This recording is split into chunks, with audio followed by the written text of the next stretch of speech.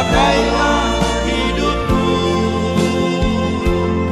selagi aku masih kuat. Bila saatnya nanti ku tak berdaya lagi, hidup ini sudah jadi berkat. Selama beberapa hari ini saya berjalan keliling-keliling selama 10 hari. Saya ke Surabaya, Malang, Pare, terus ke Balikpapan, Samarinda, ya, menghadiri beberapa acara kebaktian, KKR, seminar, musda. Terima kasih bahwa saudara selalu tidak lupa membawa saya dalam doa. Satu waktu Tuhan bertengkar dengan iblis. Mereka berdebat. Perdebatan mereka adalah, apakah Ayub itu orang kuat apa tidak? Gitu. Apakah Ayub itu kuat dalam Tuhan atau tidak kuat dalam Tuhan? Aku mau tanya saudara, boleh? Boleh? Saudara kuat atau tidak kuat dalam Tuhan? Hah? Saya ulang lagi, saudara kuat atau tidak kuat dalam Tuhan? Ya, kalau dia bilang tidak, sedih sekali ya. Kalau kita tanam pohon, inilah di samping kita ini kan banyak pohon apa namanya? Ya kayak pohon cemara lah gitu. Kita tanam pohon cemara, itu kira-kira berapa tahun baru dia jadi kuat? 3-4 tahun sudah kuat ya. 3-4 tahun kalau diembus angin pun nggak goyang sana sini lagi. Kalau dicabut pun dengan kekuatan nggak tercabut lagi tuh kalau 3-4 tahun. Aku mau tanya, berapa lama saudara beribadah baru saudara kuat?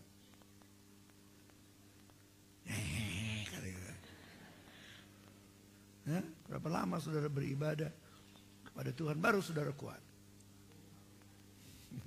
Ya seharusnya kalau lihat begitu lama kita udah beribadah, seharusnya kita ini udah kuat dalam Tuhan. Amin. Amin. Nah, tapi satu waktu Tuhan itu bersoal dengan iblis tentang Ayub. Tuhan bilang Ayub itu kuat. Iblis bilang tidak. Tuhan bilang kuat. Iblis bilang tidak. Tuhan bilang kuat. Iblis bilang tidak. Mereka terus berdebat. Sehingga bagaimana akhirnya harus dibuktikan. Apakah Ayub itu kuat atau tidak. Bagaimana cara membuktikannya? Melalui ujian. Nah, itulah masalah kita selalu dalam hidup kita. Kita sering sekali takut pada ujian. Kita sering sekali mengeluh waktu ujian. Kita sering sekali marah. Malah kadang-kadang kita komplain pada Tuhan waktu kita mengalami ujian. Padahal firman Allah juga mencatat bahwa memang dalam hidup ini kita harus melalui ujian. Mau tidak mau, kita harus mengalami ujian.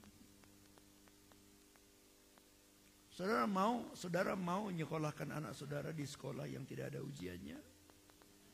Kenapa tidak mau? Karena nggak tahu kapan dia naik kelas kan, tidak tahu kapan akan naik kelas, nggak tahu dia pintar apa tidak. Kita suka, malahan sekolah-sekolah yang terbaik itu adalah sekolah-sekolah yang ujiannya paling sulit.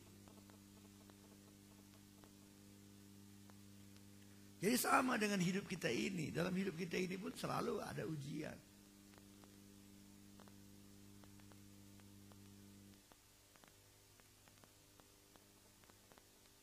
Dan bagaimana kedewasaan kita, bagaimana kekuatan kita sangat ditentukan oleh bagaimana sikap kita waktu kita menghadapi ujian. Ujian itu biasa. Firman Allah katakan, Firman Allah katakan bahwa ujian-ujian yang kamu alami adalah ujian-ujian yang biasa.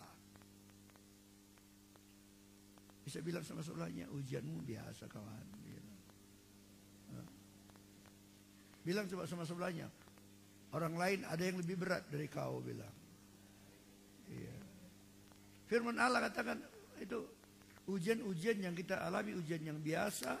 Bahkan kalau Tuhan izinkan, Tuhan sudah sediakan jalan keluar, kata firman Tuhan.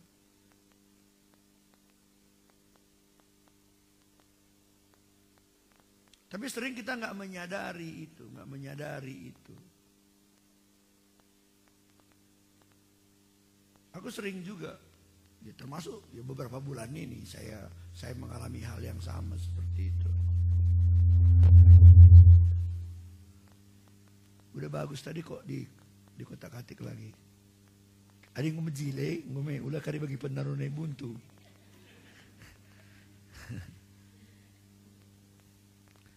Penarunai buntu, langa pekenar suara dengan.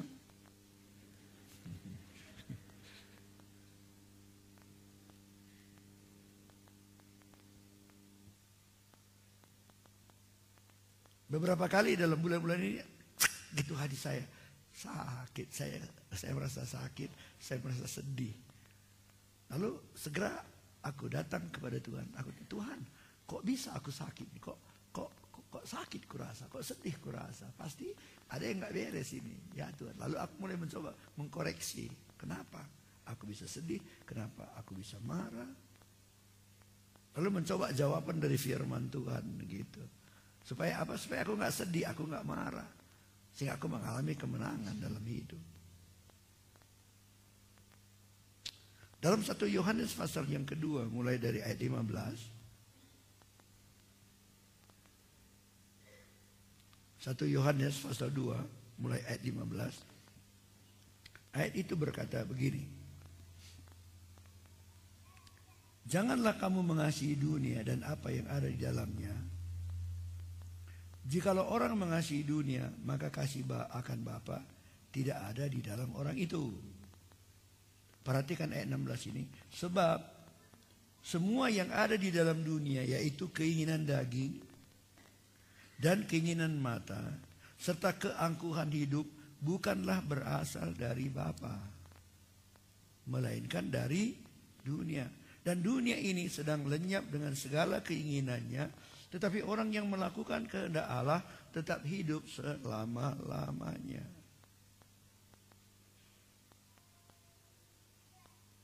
Jadi percobaan itu selalu datang dari 3 area ini. Yang ditulis dalam ayat 16. Keinginan daging, keinginan mata, keangkuhan hidup. Dari sini selalu sumber godaan, sumber cobaan dalam hidup kita. Jadi seharusnya seperti pujian kita dari tadi. Jadilah kuat, jadilah kuat. Di waktu mengalami pencobaan justru kita jadi kuat. Supaya apa? Supaya kita bertumbuh di dalam Tuhan. Supaya membuat kita makin kuat dalam Tuhan. Supaya lebih dewasa di dalam Tuhan. Pohon yang ditanam justru kena angin meniup itu. Waktu dia mulai goyang, maka pada waktu itu akarnya akan makin dalam. Jadi problem-problem akan membuat kita makin kuat dalam Tuhan. Tanpa problem kita sama sekali nggak bisa makin kuat. Sama dengan anak-anak. Karena ada ujian maka mereka bertambah rajin belajar.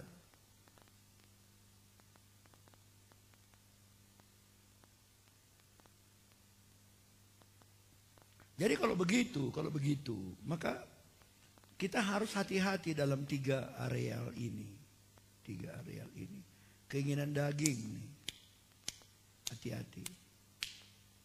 Kalau daging ini udah mau sesuatu yang tidak cocok dengan firman Tuhan, itu cepat munculkan buah roh yang ke-9. Apa buah roh yang ke-9? Hah? Penguasaan diri. Yang ke-9.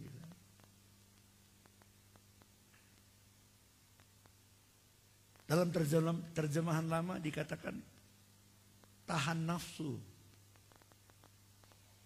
Tahan nafsu.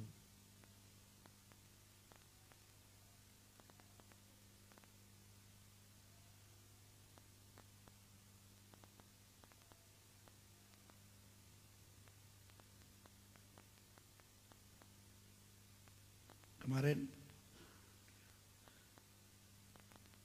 aku pagi-pagi bangun, udah siap mandi, udah rasa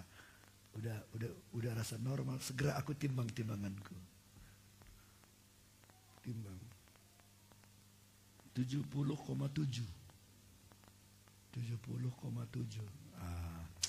Naik lagi sekilo. Biasanya aku di bawah 70, 67, 68 gitu. Tapi ini 70,7. Tapi nggak apa-apa, cuman sekilo naik.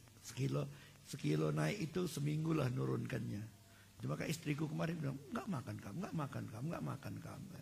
Dia nggak tahu saya sedang berjuang melawan lagi.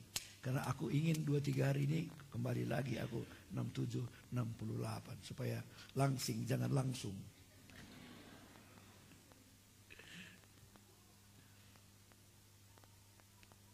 Dan selama di perjalanan, apalagi di Samarinda, kawan-kawanku majelis pusat heran lihat aku. Wah, kamu kuat kali ya tahan diri.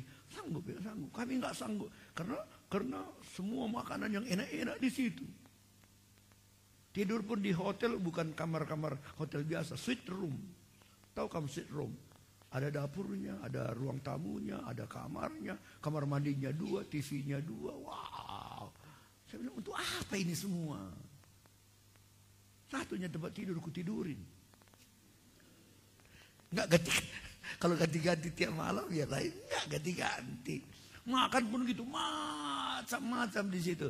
Aku cuma ambil sedikit nasi, sedikit sayur, ambil ikan sedikit, udah. Selesai itu aku berhenti, aku lihat mereka makan. Ayo bro, katanya. Nah, aku cukup. Oh, kalau aku begini makanan nggak tahan ini, katanya. Dia nggak tahan, terserahlah. Aku tahan. Karena kita mesti menang melawan keinginan daging. Bulan lalu aku di Nias, mereka beli durian 100 biji 40.000. Askai sade. 400 rupiah satu. 100 biji di situ. Ayo.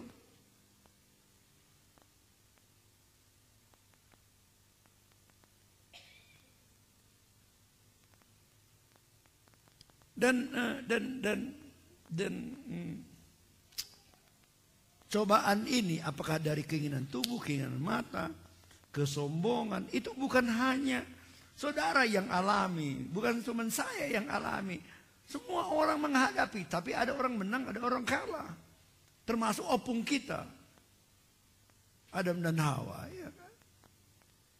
Apa dikatakan dalam Kejadian pasal yang ketiga tentang kejatuhan manusia?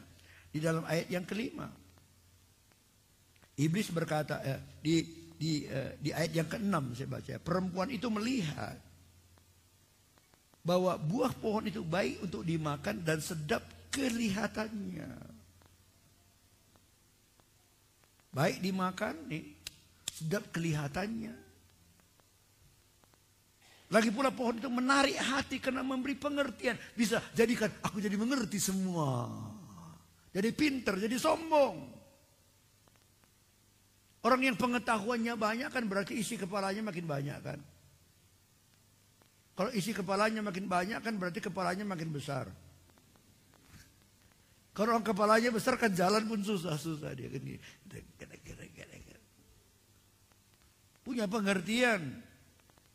Lalu ia mengambil buahnya dan dimakannya dan diberikannya juga kepada suaminya yang bersama-sama dengan dia. Jadi jangan bilang suaminya nggak situ, di situ suaminya, dan suaminya pun memakannya. Kenapa? Karena mereka tergoda oleh perkataan iblis di ayat yang kelima. Tetapi Allah, ini iblis mengetahui. Tetapi Allah mengetahui bahwa pada waktu kamu memakannya, matamu akan terbuka dan kamu akan menjadi seperti Allah, tahu tentang yang baik dan yang jahat. Kamu akan seperti Allah, enak dimakan, kelihatannya enak. Dan mereka jatuh, mereka gagal. Padahal mereka itu pada waktu itu belum berdosa, mereka itu manusia sempurna loh. Mereka tinggal di Taman Eden.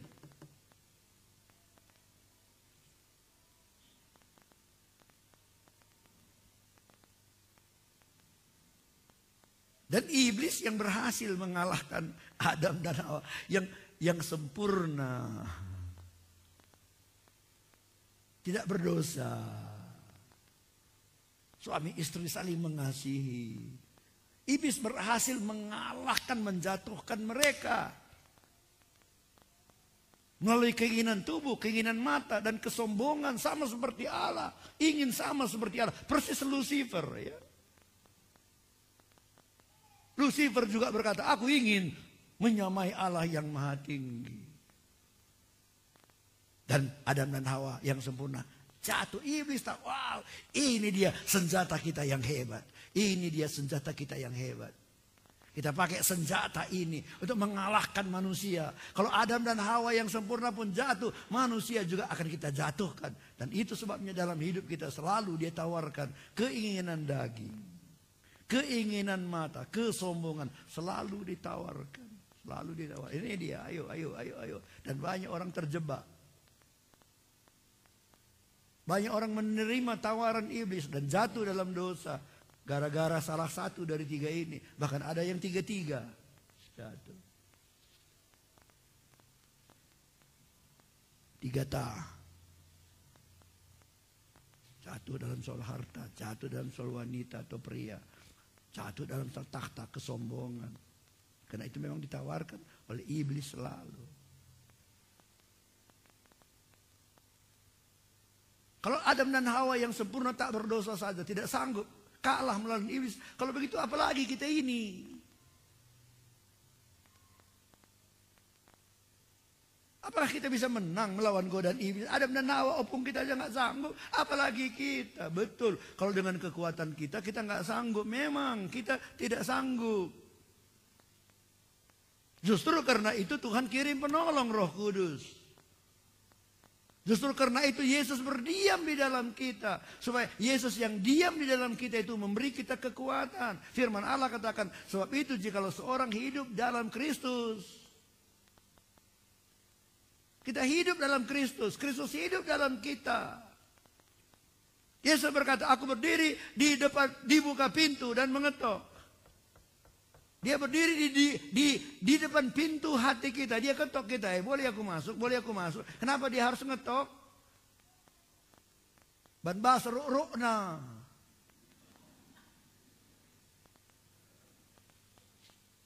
Pernah kamu ketok rumah yang gembok digembok di luar, kamu ketok. Oi, buka pintu, buka. Pernah? Enggak, kenapa? Karena di luar gemboknya. Kalau kita sedang ketok-ketok pintu gitu, itu karena apa? Karena engsel-engselnya di dalam. Harus dibuka dari dalam. Yesus berdiri di depan pintu dan dia mengetok.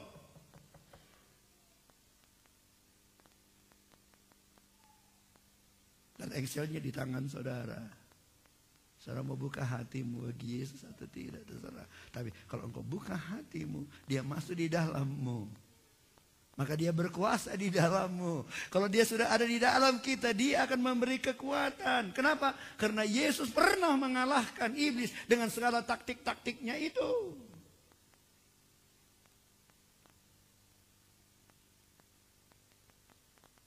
Iblis itu kadang-kadang aku rasa lucu.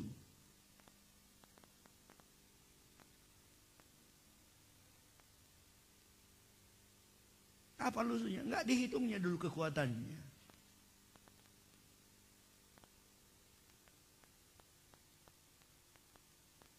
Firman Tuhan bilang kalau mau bangun rumah hitung dulu biayanya. Kalau berperang hitung dulu kekuatan tentaranya. Jangan perang asal perang. Kamu mau bangun rumah berapa tingkat? 21 tingkat. Berapa uangmu? 3 juta.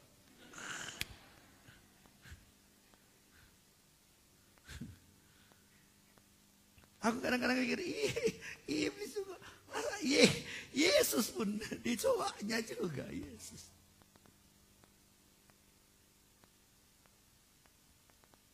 Dalam Matius 4 ayat 3. Lalu datanglah si pencoba itu. Nah, ini si pencoba. Kenapa namanya si pencoba? Karena dia suka mencoba.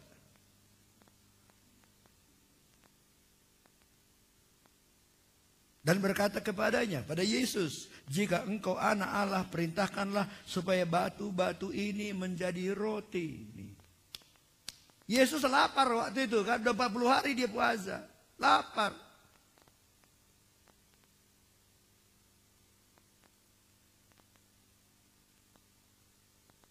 Kalau orang lapar biasanya, apapun dia rasa enak. Yang biasa-biasa nggak suka dia. Kalau lagi puasa, udah 3 hari puasa. Apapun dia rasa enak. Orang bakar ubi pun situ. Wangi kali ya katanya. Lapar dia. Dan Iblis bilang, jadikan batu itu jadi batu. Jadikan batu jadi roti. Dia digoda. Dengan keinginan tubuh. Ayat 4, tetapi Yesus menjawab, ada tertulis. Yesus bawa iblis, bahasa firman Tuhan, apa yang firman Tuhan katakan? Ada tertulis. Manusia hidup bukan dari roti saja, tetapi dari setiap firman yang keluar dari mulut Allah. Yesus mematahkan tipu daya iblis dengan firman Tuhan. Kemudian iblis membawanya ke kota suci dan menempatkan dia di bumbungan bait Allah. Ayat 6 lalu berkata padanya, jika engkau anak Allah, jatuhkanlah dirimu ke bawah. Sebab ada tertulis mengenai engkau, ia akan memerintahkan malaikat-malaikatnya, dan mereka akan menatang engkau di atas tangannya, supaya kakimu jangan terantuk pada batu. Wow. Coba kamu lompat aja, nanti ada malaikat yang menatang. Kira-kira bagaimana kalau aku sekarang meloncat sini, lalu ada malaikat 3 orang yang menatang aku keliling-keliling di atas sini. Gimana kira-kira? Kita coba ya. Nggak ada yang menatang.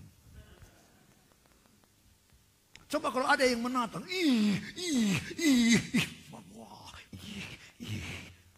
Sombong.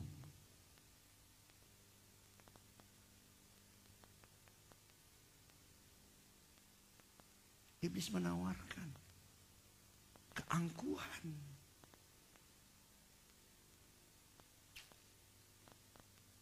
Ayat 7, Yesus berkata padanya, ada tertulis, janganlah engkau mencobai Tuhan Allahmu. Apa jawab Yesus? Ada tertulis. Baca firman Tuhan. Ada tertulis. Balik pada firman Tuhan. Ada tertulis. Ayat 8, dan iblis membawanya pula ke atas gunung yang sangat tinggi dan memperlihatkan kepadanya semua. Perhatikan, memperlihatkan kepadanya nih. Lihat ini. Memperlihatkan kepadanya semua kerajaan dunia dengan kemegahannya. Semua kerajaan dunia dengan segala kemegahannya. Tengok, lihat. Wah, ini dia. Ini dia, hebat apa enggak indah? Wow. Semua dengan kemegahan, keindahannya. Lihat, bagus enggak? Wow. Dan ayat 9, dan berkata padanya, semua itu akan kuberikan kepadamu jika engkau sujud menyembah aku. Semua yang kau lihat ini, ku kasih sama kau. Kalau kau sujud menyembah aku. Inan mata. Ayat 10, maka berkatalah Yesus kepadanya, enyahlah iblis, sebab ada tertulis. Kembali baca firman Tuhan. Baca firman Tuhan. Ada tertulis, engkau harus menyembah Tuhan Allahmu dan hanya kepada Dia sajalah engkau berbakti. Lalu iblis meninggalkan dia dan lihatlah malaikat-malaikat datang melayani Yesus. Waktu kita berdiri atas firman Tuhan, mengalahkan godaan-godaan kuat kita, maka malaikat Tuhan akan melayani kita.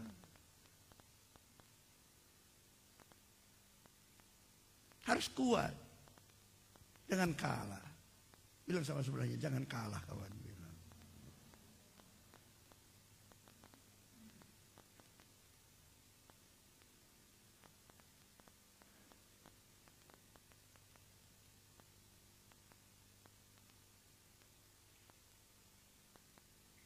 Esau.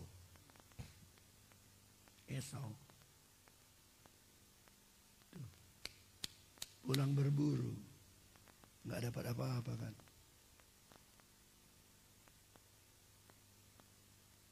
Pas pula dia sampai rumah,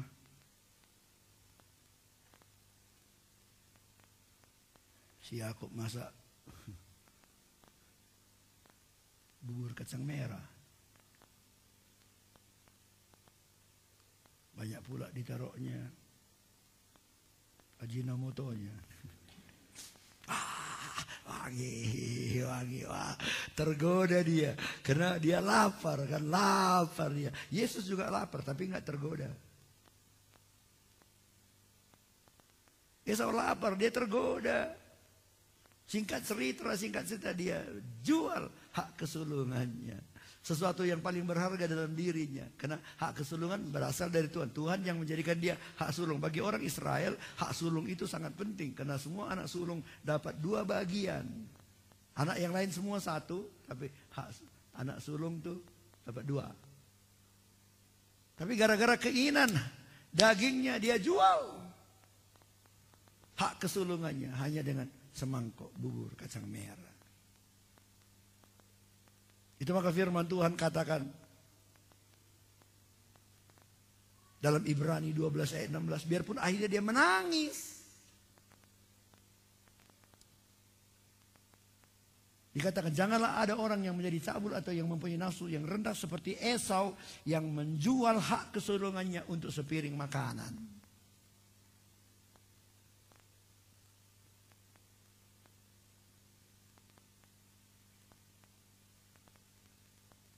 Kalau gitu kita nggak perlu ingin makanan. Kalau ingin babi panggang nggak boleh, ingin saksa nggak boleh, ingin nurung emas nggak boleh, ingin cipera nggak. Bukan itu maksudnya, bukan.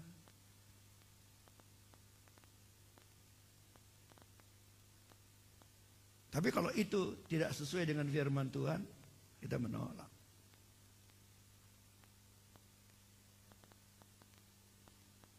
Daniel kan pernah gitu juga kan, ditawarkan makanan yang enak-enak. Tapi dalam Daniel 1 ayat 8 itu ditulis di sana, Daniel berketetapan.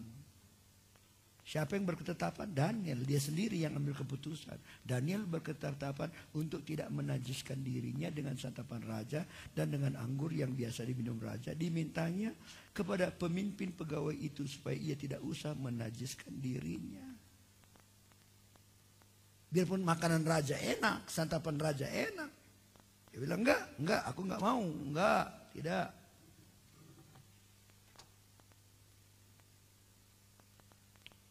Kenapa? Karena semua makanan yang di situ sudah dipersembahkan pada berhala.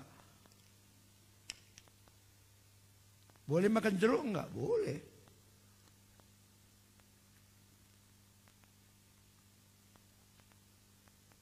Ada cibal-cibalet. Tabah, cimpa telu macam, cimpa tuang, cimpa unung-unung, cimpa mata.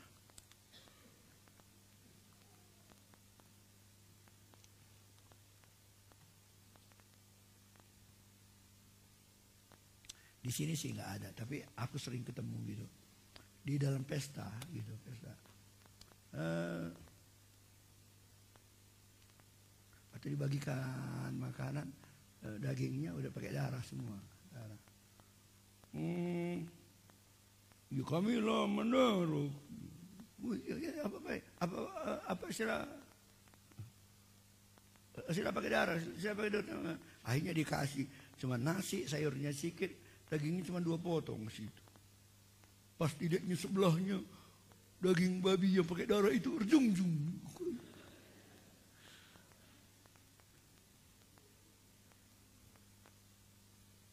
Bolehnya, mari, bolehnya katanya. Ya.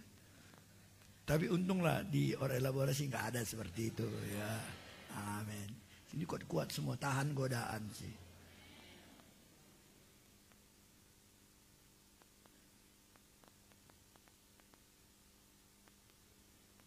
Keinginan daging ini, daging ini selalu keinginannya banyak ya. Keinginannya banyak. Yudas itu. Aduh. Untuk memenuhi keinginannya sampai mencuri. Itu kan jelas sesuatu yang salah. Keinginan tidak salah ya. Mau jadi kaya nggak salah. Kaya silakan, kaya. Bahkan firman Tuhan berkata, Tuhan mau jadikan kita kaya. Tuhan mau kita hidup berkelimpahan. Amin. Tapi kalau sampai kita tamak gara-gara ingin ngejar kekayaan itu dengan segala macam cara, dengan togel, dengan judi, dengan nipu, dengan dusta dan lain-lain, itu yang salah.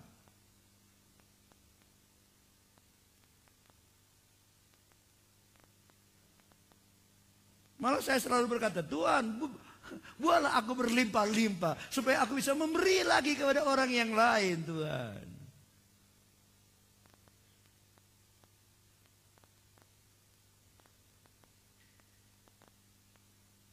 Firman Tuhan justru mengajar kita, hiduplah berpada dengan apa yang ada. Berpada dengan apa yang ada. Mana lebih enak, ikan asin atau ayam? Ya tergantung apa yang ada gitu. Firman Tuhan bilang hidup berpada dengan apa yang ada gitu. Kalau yang ada ikan asin, lebih enaknya ikan asin daripada ayam yang nggak ada, ya kan? Dan banyak orang mengada-ngadakan yang nggak ada, kan? Nah, itu maka kenapa banyak orang yang megang kartu kredit itu akhirnya kena siding, ya kan? Kena jerat gitu. Kenapa bisa pakai kartu kredit biarpun uang nggak ada? Mau beli dia, bisanya nanti dibayar, bisa nanti dibayar. Atau tambah. Itu kan tambah bunga. Bunga berbunga. Akhirnya hidupnya hancur. Ada orang hidupnya hancur, rumah tangganya hancur, anak-anaknya berantakan semua gara-gara kartu kredit. Rumahnya harus dilelang, mobilnya dijual. Kenapa? Karena dia tidak tahan melawan keinginan daging.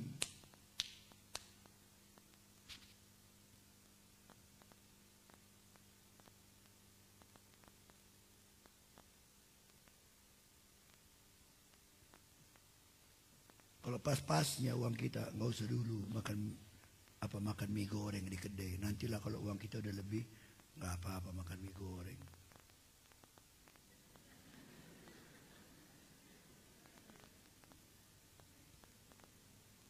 Kalau masih pas-pasnya hidup kita, nggak usah merokok dulu lah. Lebih bagus uang rokok itu berikan telur untuk anak-anak kita, supaya anak kita sehat dan pintar, cukup gizi.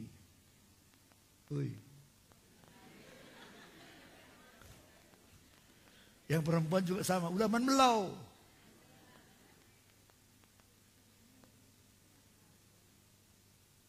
Kalau masih pas-pas, kecuali kalau sudah lebih nanti ya udahlah, lebihnya itu kasih buat pekerjaan Tuhan. Supaya besar pahala kita di sorga. Amin. Ya. Karena firman Tuhan mengajar kita semua yang kita terima dalam hidup ini, tidak punya makna untuk hidup yang kekal. Tetapi semua yang kita beri, itu punya makna untuk hidup yang kekal. Waktu aku di Malang, ada satu pendeta dari negeri Johar. SMS-nya aku berapa kali, Om. Udah nalap jenda, katanya. Hujan terus, Om. Tinggal 20 lagi, kayu itu kurang. 20 biji, Om. 2 kali 4. Tinggal 20 biji, Om. Aku ingat orang ini udah sering kubantu. Dari gereja kita pun sudah pernah bantu dia. Terus dari tempat lain juga melalui saya udah pernah bantu dia. Dari gereja kita udah bantu 2 juta. Dari tempat lain dulu aku kasih dia 4,5 juta. 20 biji lagi, Om, 20 biji lagi. Jadi aku dia, tapi lama-lama aku berpikir, aduh, kasihan juga ya, kok gara-gara 20 batang kayu. Aku SMS dia, berapa 1 batang? Dia jawab 80.000, Om, terima kasih ya, katanya. Kok bilang terima kasih? Pinter dia gitu, pinter dia. Baru ditanya harganya, udah bilang terima kasih dia.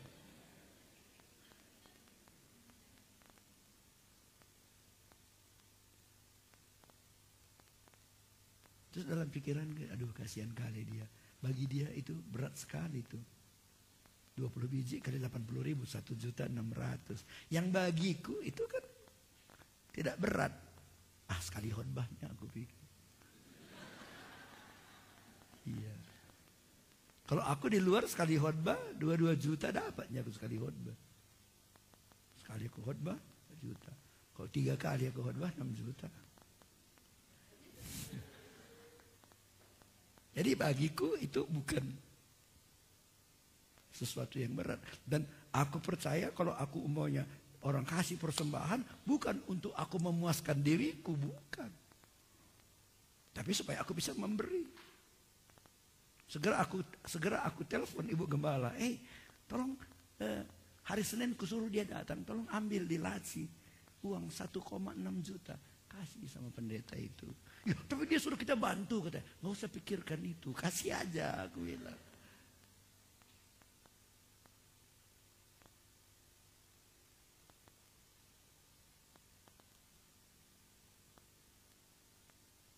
Harus menang atas keinginan daging.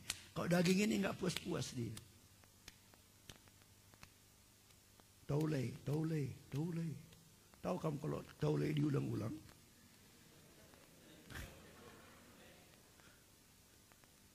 Kalau taulay bahasa Indonesia apa? Lagi, coba ulang-ulang lagi coba.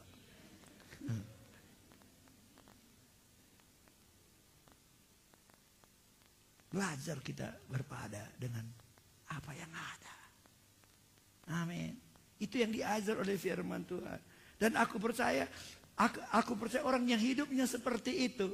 Pokoknya gimana supaya nama Tuhan dimuliakan. Aku belajar hidup berpada dengan apa yang ada. Bukannya nanti Tuhan, kalau memang kau berpada dengan apa, ya udah pas-pasan aja kata Tuhan. Enggak, Tuhan justru akan membuat kita berlimpah-limpah. Karena Tuhan ingin kita hidup berlimpah-limpah. Tapi di hati kita tidak mau dikuasai oleh keinginan daging. Yang hanya ingin memuaskan hawa nafsunya. Seperti Esau kata firman Tuhan.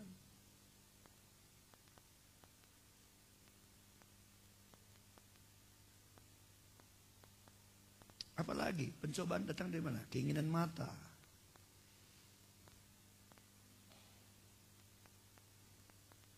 Mana lebih banyak orang percobaannya? Orang melihat atau orang buta?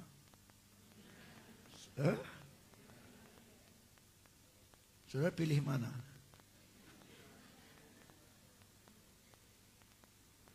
Pengen melihat, tapi melihat banyak cobaan. Karena banyak yang dilihat orang buta. Nggak banyak. Nggak banyak keinginannya, nggak perlu dia apakah iPad, apakah handphone yang canggih itu. Kalau aku kulihat gitu, kulihat orang apa kawan-kawanku pakai Galaxy Note, bagus sekali Galaxy Note. Tanya berapa harganya? 6 juta. Pengen juga aku pengen sih. Wah, aku lihat bagus sekali, kecil canggih, wah bagus sekali. Tapi waktu kurang kan 6 juta. Kalau 6 juta beli seng untuk gereja udah berapa? Ya udahlah, berpada dengan apa yang ada. Itu bukan kebutuhan. Kecuali kalau ada orang nanti datang, ini beli khusus. Ini khusus beli iPad, beli Galaxy Note, aku beli juga sih. Ada satu orang pernah putus asa menghadapi saya. Kenapa? Karena dia ini beli baju dulu ya, kata dikasihnya 1 juta kan. Aku kasih sama orang lain. Sebulan lagi datang lagi dia, udah kamu beli baju dulu? Enggak. Wah, jangan gitulah, inilah aku kasih lagi ya, beli baju dulu, kasihnya 2 juta, aku kasih lagi sama orang lain. Putus asa dia, bingung dia, karena tiap dia kasih beli baju, enggak aku beli baju. Satu hari datang dia bilang, ini ada uang ini 5 juta. Ini hanya boleh beli untuk baju, tidak boleh dipakai kemana-mana pun katanya. Karena begitu dia bilang, kubelikanlah 2 jas. Kalau nggak dibikin gitu, kasih saja orang lain. Kenapa? Karena kalau aku beli jas, ini nggak ada maknanya untuk hidup kekal. Tapi waktu aku kasih sama orang lain, di surga ada pahala. Mata ini nggak puas-puas dia. Mata ini nggak puas-puas, betul. Asakai sendu maka puas. Piga bajundu maka puas. Lah puas-puas. Itu keinginan mata. Dan kalau mata ini nggak diawasi, itu berbahaya. Ada agama lain, ada agama yang lain. Yang semua badannya ditutupi kecuali matanya. Cuman matanya yang kelihatan gitu. Yang lain ditutupin semua. Aku pikir kan salah itu. Aturan matanya yang harus ditutup.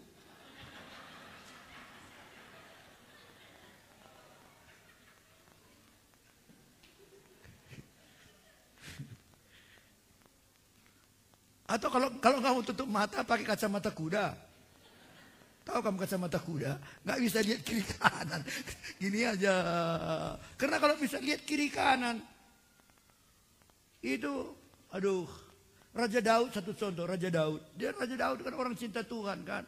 Tapi firman Allah mencatat. Satu hari dia jalan-jalan di atas soto istananya.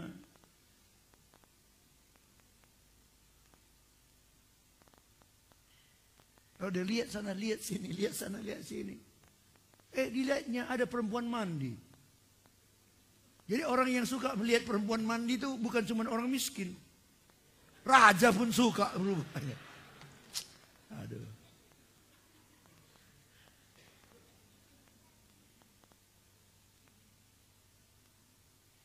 Kalau dia tanya, itu perempuan yang cantik itu siapa itu? Itu istri Uria. Gak peduli dia, erduruh-larduruh soal.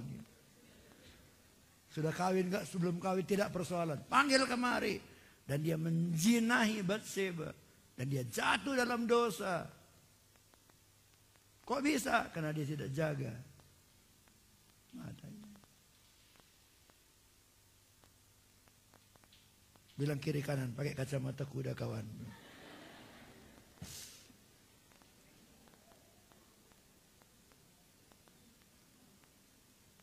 Kota apa yang pernah dibinasakan oleh Tuhan?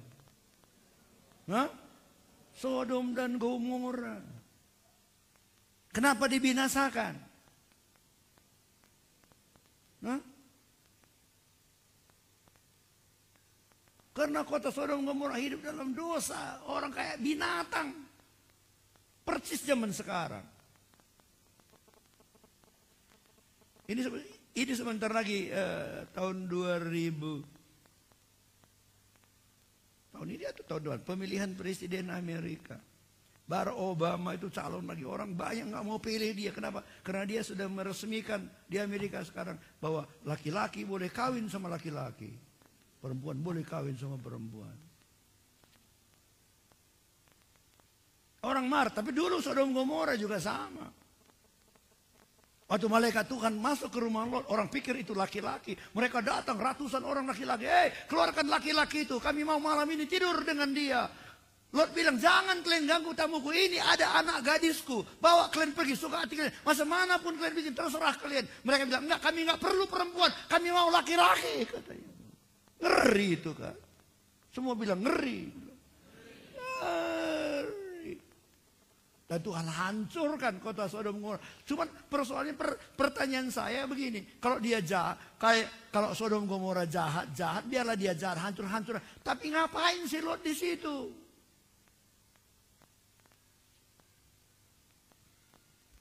Adi ngomtak na jelaw jauh, kayak maka dikeri.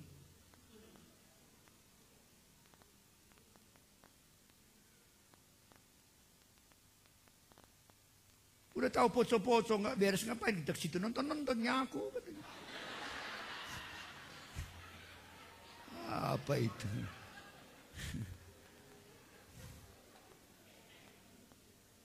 Orang ngulas-ngulas togel, ngapain pula kita sibuk? Kita bantu pula. Kurasa nanti Kali ini nomornya yang keluar pasti 215. Karena pendeta khotbah dari 1 Yohanes pasal 2 ayat 15 ya 215. Kita bantu pula. Ngapain Lut ada di Sodom dan Gomora?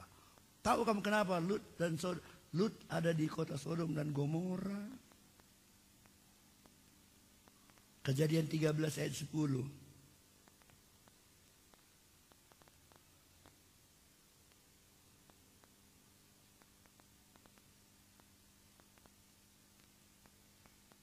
Lalu Lot melayangkan pandangnya dan dilihatnya lah ini. Kalau buta dia nggak jadi gini. Bahwa seluruh lembah Yordan banyak airnya seperti taman Tuhan, seperti tanah Mesir, sampai ke suara hal itu terjadi sebelum Tuhan memusnahkan Sodom dan Gomora. Gara-gara matanya, pandangnya, lihatnya Sodom Gomora, dia nggak peduli itu dosa, dia nggak peduli itu salah, dia nggak peduli orang-orang di sana hidup dalam kenajisan, nggak peduli dia. Kau-kaulah, pokoknya aku kata. Dia pergi ke sana dan akhirnya apa terjadi? Berapa lama dia tinggal di sana, semuanya sia-sia. Karena waktu dia keluar dari Sodom Gomora, apapun dia nggak bawa, malahan istrinya jadi tiang garam. Karena dia nggak hati-hati dengan matanya.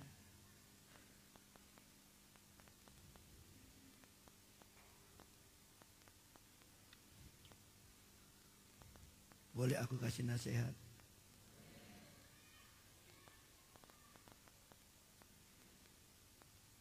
Kalau saudara suka nonton sinetron TV, nggak apa-apalah, tapi kurang-kurangi. Sampai satu hari nanti saudara nggak suka lagi.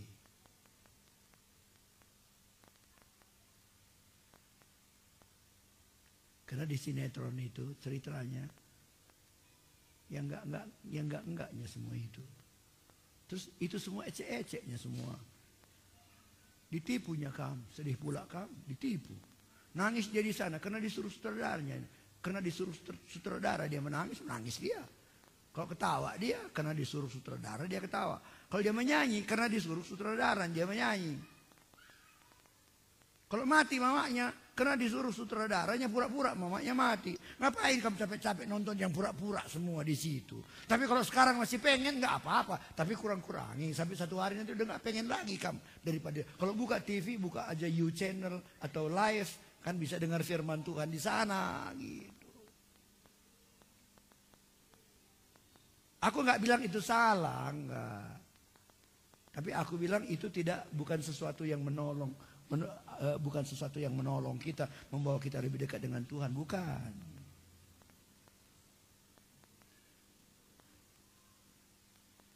Yang terakhir, aku suka ini, yang terakhir. Keangkuhan.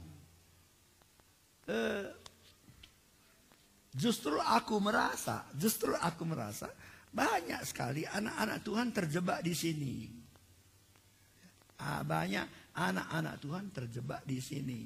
Karena menginginkan sesuatu yang tinggi.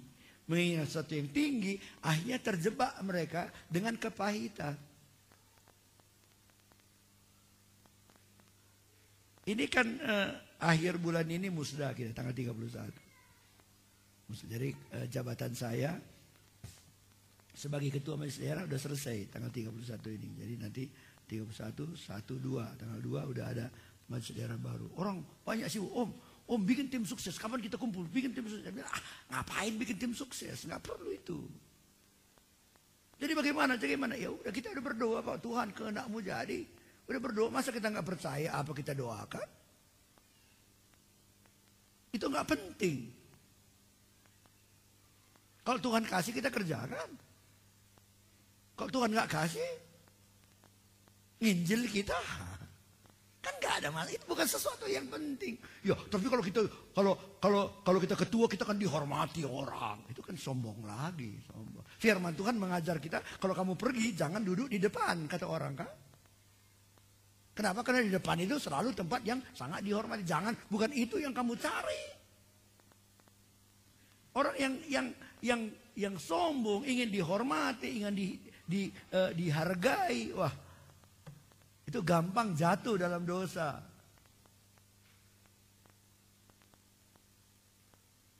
Gimana kalau kamu menghadiri pesta, kamu di situ singalo beberai dukal siar jabue. Kamu kalimbubu, si madadarah. Tidak dikasih kata-kata sambutan, enggak disuruh. Sakit hati enggak? Hah? Kamu sakit hati apa enggak? Gimana? Ngapain sakit hati? Enggak usah sakit hati. Enggak ada kok kolektenya. Kalau pergi kita ke pesta, kita kali bubu singalo berai-berai. Orang tidak taruh tikar putih, laki mangan kalau kayak amal bentar. Kita sakit hati. Enggak perlu. Dihormati, enggak dihormati itu enggak penting. Yang penting Tuhan dihormati. Di SC kita belajar tentang kehambaan kan, diinjak-injak seperti keset.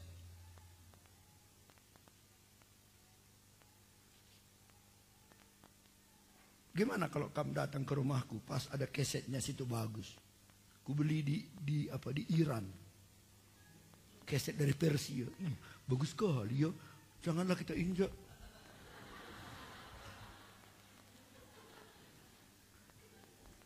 Itu penghinaan bagi keset itu. Karena dia ada di situ untuk diinjak-injak.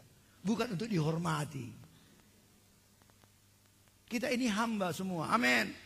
Dihormati, ya biarlah nama Tuhan dihormati. Tidak dihormati, tidak masalah. Tuhan akan menghormati kita. Tidak tersinggung, tidak sakit hati, tidak ada marah.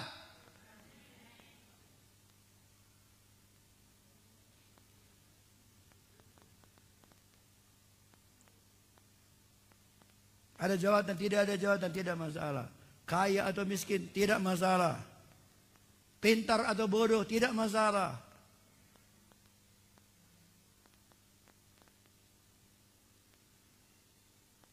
Dan ini semua, apakah kekayaan, apakah jabatan, apakah pengetahuan yang jago, itu mudah membuat kita jadi sombong. Gampang membuat kita sombong. Tapi justru kita belajar. Hati-hati supaya kita nggak jadi sombong. Jadi kita nggak mudah tersinggung, nggak mudah sakit hati.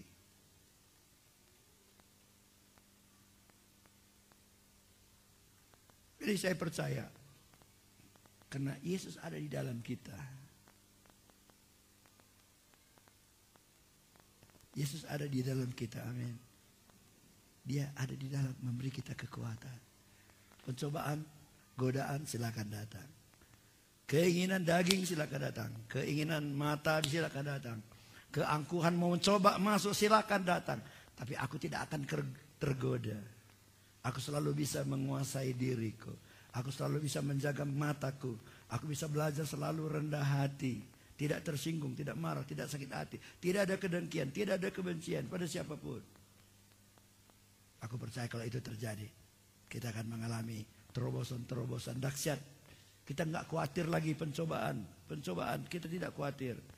Justru melalui pencobaan itu, hidup kita akan makin diberkati oleh Tuhan.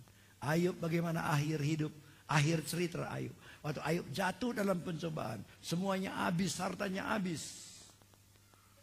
Anak-anaknya habis. Badannya semua korengan. Tapi jangan lupa itu bukan akhir dari cerita tentang Ayub. Akhir cerita Ayub adalah dia diberkati 2 kali ganda. Lebih daripada dulu sebelum dia mengalami pencobaan. Kenapa? Karena justru melalui cobaan-cobaan itu Tuhan membuat perkara-perkara yang besar di dalam kehidupannya. Haleluya. Dan kalau Yesus tiap menghadapi cobaan, dia selalu berkata ada tertulis. Ada tertulis. Ada tertulis, ada tertulis. Kita juga begitu. Tiap menghadapi masalah dalam hidup kita, lari pada firman Tuhan. Lari pada firman Tuhan. Katakan pada iblis, ada tertulis, ada tertulis, ada tertulis. Aku percaya firman Tuhan memberi jawaban yang benar pada kita. Mari kita mengasihi Tuhan, mengasihi firman Tuhan. Lebih daripada keinginan tubuh, lebih daripada keinginan mata, lebih daripada keinginan akan kekuasaan, ketenaran, dan lain-lain sebagainya.